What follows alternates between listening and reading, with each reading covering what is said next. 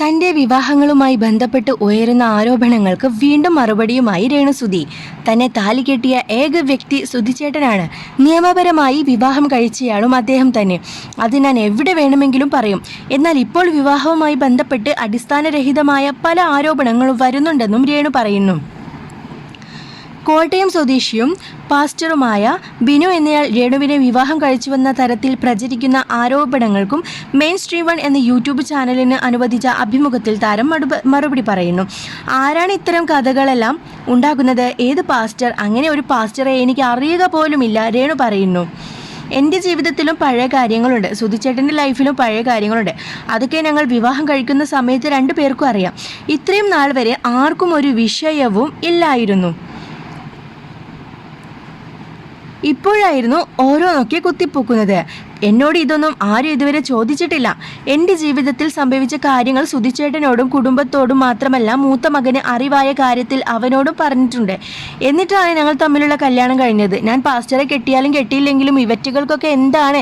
ഞാനൊന്നും മറച്ചു വെച്ചിട്ടില്ല. ഇതേക്കുറിച്ച് ഒരു മനുഷ്യനും ഇതുവരെ എന്നോട് ചോദിച്ചിട്ടുമില്ല. ഇപ്പോൾ ഈ അഭിമുഖത്തിലാണ് ഇത്തരമൊരു ചോദ്യം ഉയരുന്നത്.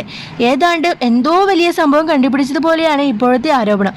ആരാണ് ഈ കമൻറ്റ് ഇടുന്നത് എന്നൊക്കെ എനിക്ക് വളരെ വ്യക്തമായിട്ട് എനിക്കറിയാം. ഞാൻ ഇവരൊക്കെ ഉദ്ദേശിക്കുന്നതിനേക്കാൾ വലിയ സെലിബ്രിറ്റി ആകുമോ എന്നൊക്കെ ഓർത്തിട്ടാണ് ഇങ്ങനെ പറയുന്നത്.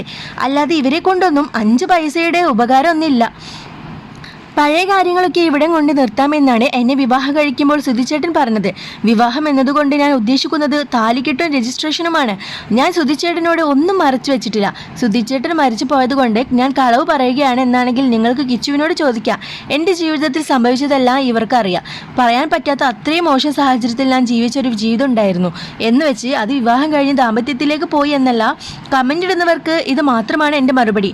അറിയേണ്ടവരൊക്കെ ഇതിനോടകം തന്നെ ഞാൻ അറിയിച്ചിട്ടുണ്ട്. സുധിച്ചേട്ടൻ തന്നെ പറഞ്ഞതുപോലെ പാസ്റ്റ് ഈസ് പാസ്റ്റ്.